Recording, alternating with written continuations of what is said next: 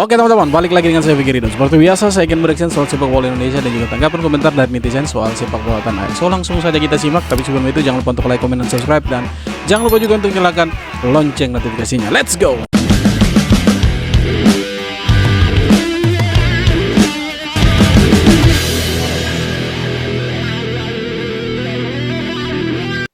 Malaysia kalah 4-0 kepada New Zealand dalam perlawanan persahabatan kelas A yang baru saja berlangsung tadi, geng. Oh, saya pikir menang 4-0.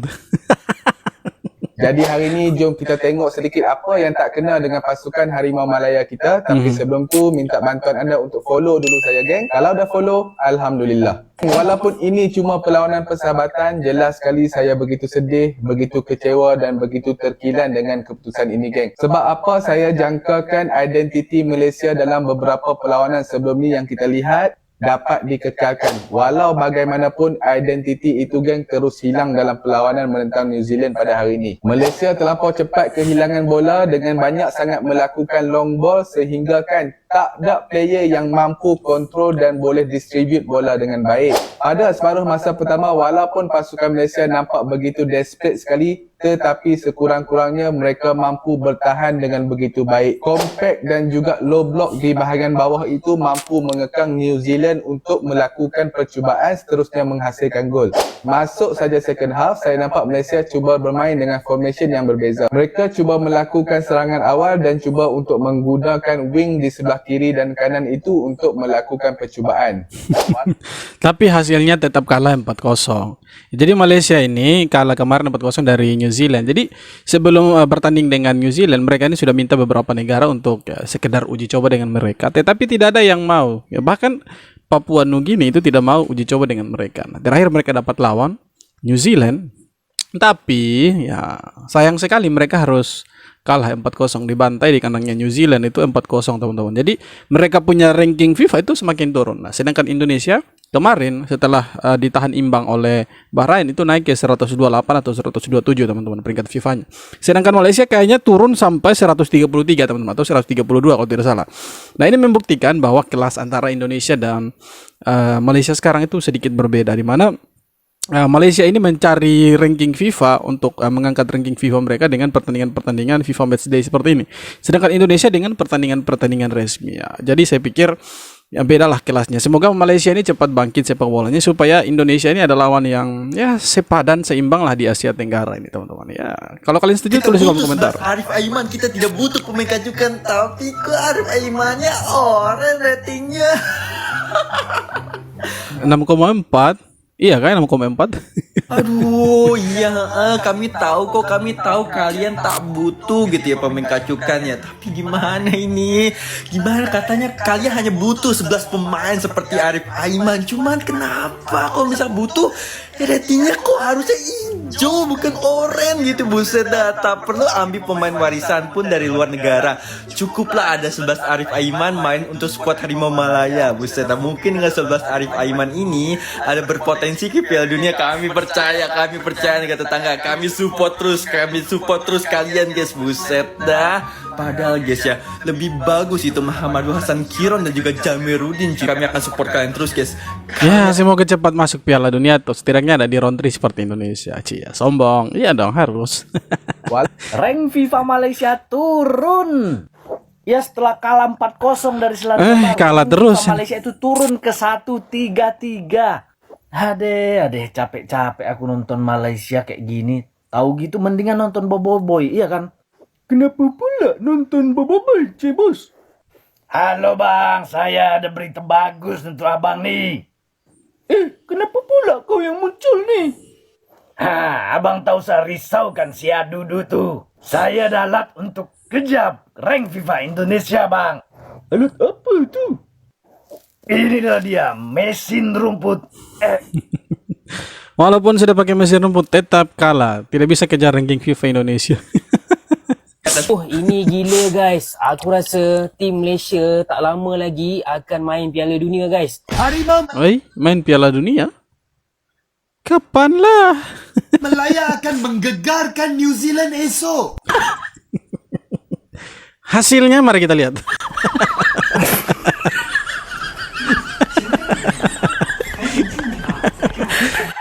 4-0. Kesian. Sudah kalah 4-0. Diolok-olok warganet Indonesia, diolok-olok warganet Malaysia. Ya semoga cepat bangkit lah supaya Indonesia punya lawan yang sepadan setara lah di Asia Tenggara. Untuk sekarang ya kata-kata the King of ASEAN Indonesia itu memang itu bukan hanya kata-kata belaka tetapi memang faktanya begitu teman-teman. Tak menang kok. Budak botak problem. Tak kuat salahkan referee pula. Apa lah pokok ni. Aduh, kesian. Tak apalah. Tak apalah kalau 4-0 nanti bisa balas lah 2-0. Okey guys, tamat sudah perlawanan persahabatan di antara Malaysia dan juga New Zealand. Dia berkesudahan Malaysia tumpas 4-0. Malaysia ditumpas 4-0 maksudnya teman-teman. Diketawain. 4-0 Malaysia kena. Okey, kalau ikut result 4-0 satu keputusan yang tak begitu nak bagus.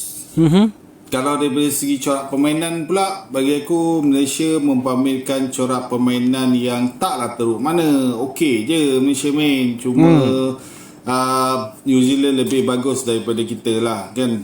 Tapi bagi aku perlawanan macam ni memang patut diadakan. Jangan takut kalah, jangan risau dengan kekalahan, sebab dia kekalahan itulah yang akan mengajar kita untuk menjadikan kita lebih kuat lagi di masa hadapan. Betul? Nah, dengar itu nasihatnya dan netizennya Malaysia nih. Harus dengar ini timnas Malaysia nih.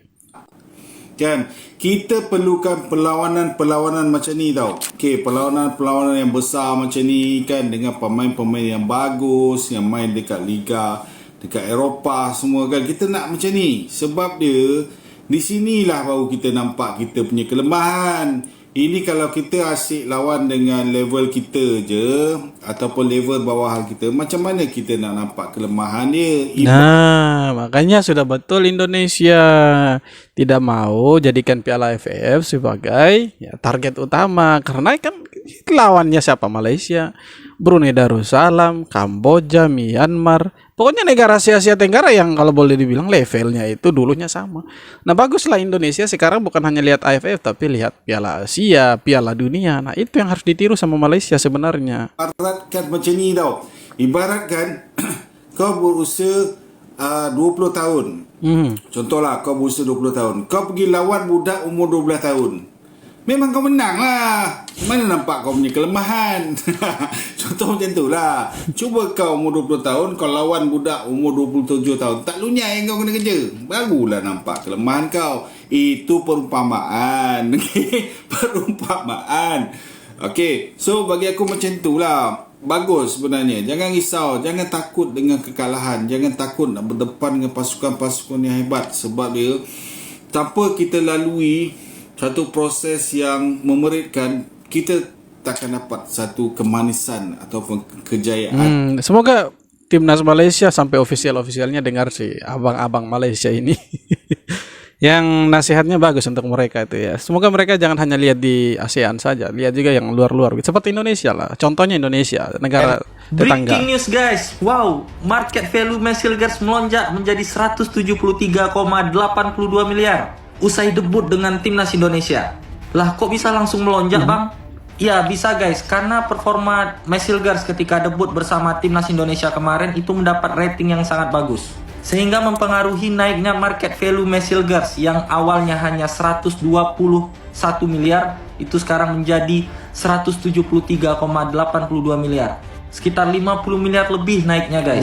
Keren. Mewah, guys, mewah. Baru mulai debut aja itu market value-nya udah meroket kayak gini guys. Gimana ke depannya ya? Nah, di sini aku pengen ngasih tahu buat kalian yang pengen nonton. Nah, semoga si Masilgers ini dia berkembang terus karena dia masih muda.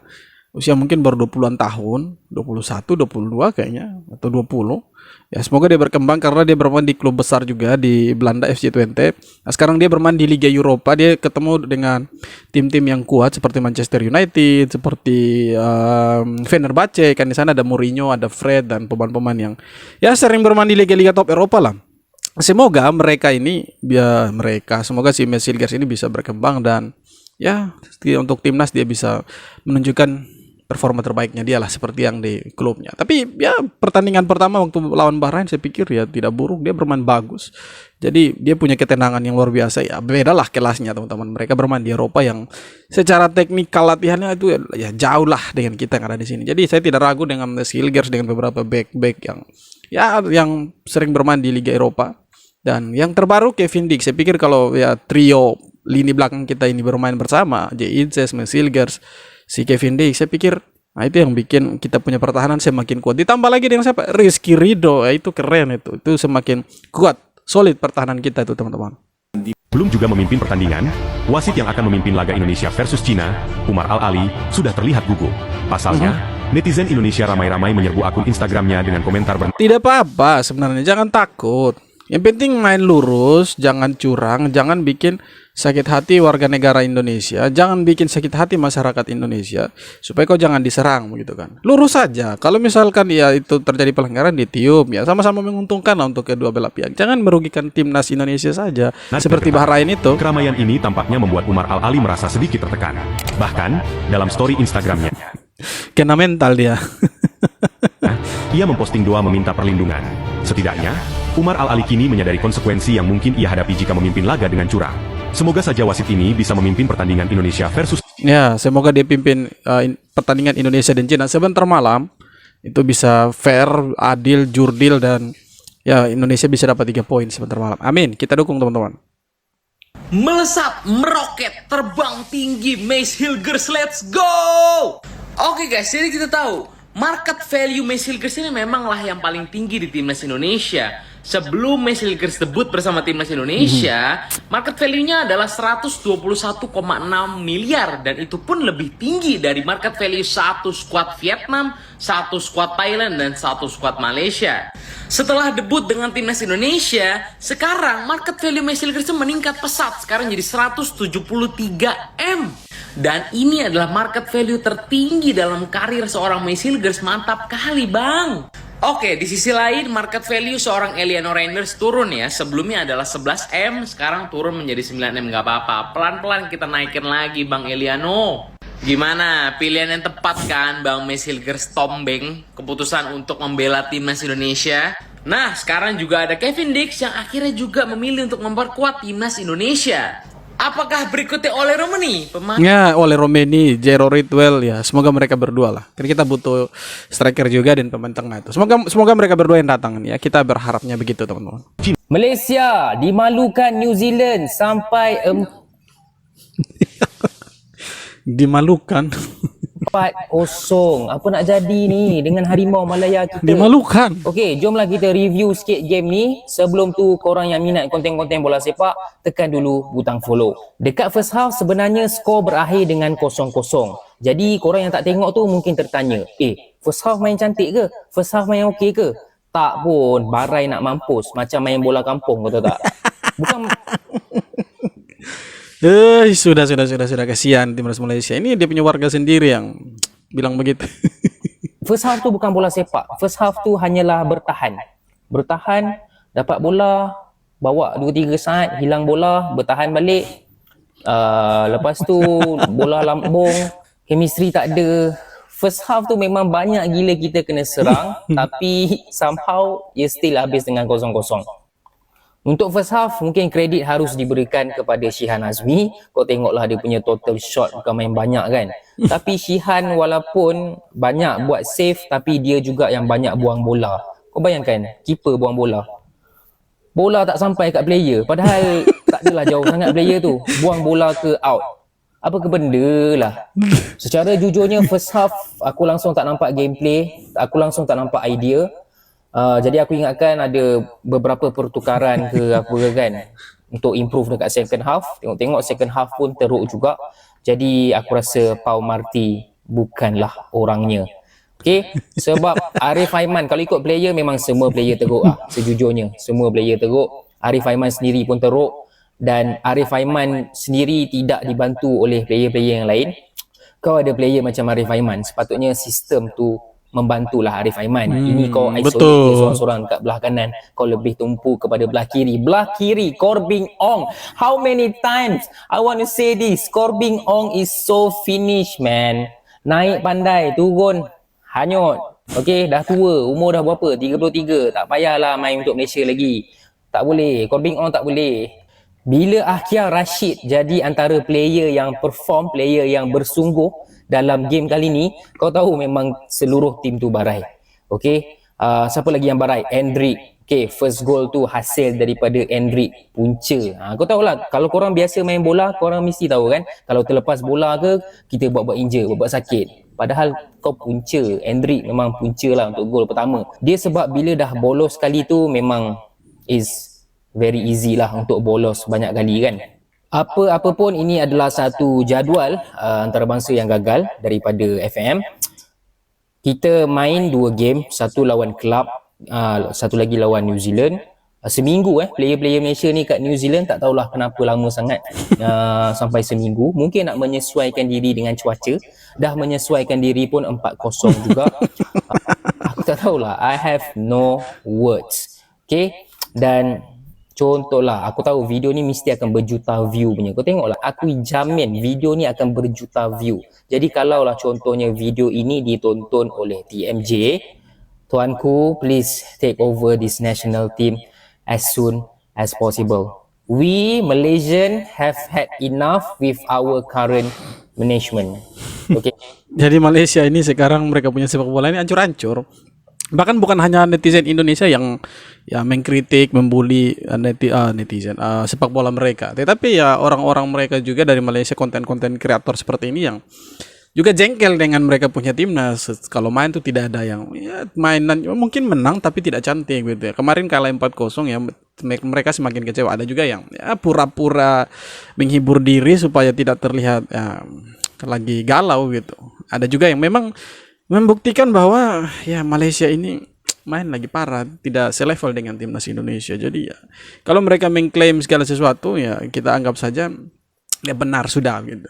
Biarkan saja mereka mengklaim supaya mereka senang gitu, karena timnas mereka ini lagi hancur-hancur. Terakhir kemarin mereka mau naturalisasi salah satu pemain dari Belanda juga, katanya keturunan Malaysia, tetapi dia dari keturunan keempat jadi tidak sah.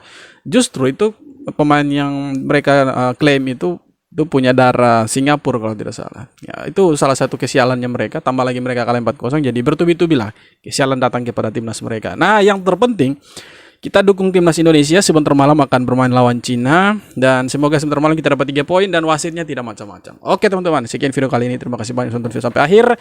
Sekali lagi jangan lupa untuk like, comment, dan subscribe. Kita jumpa lagi di video-video berikutnya. Hormat.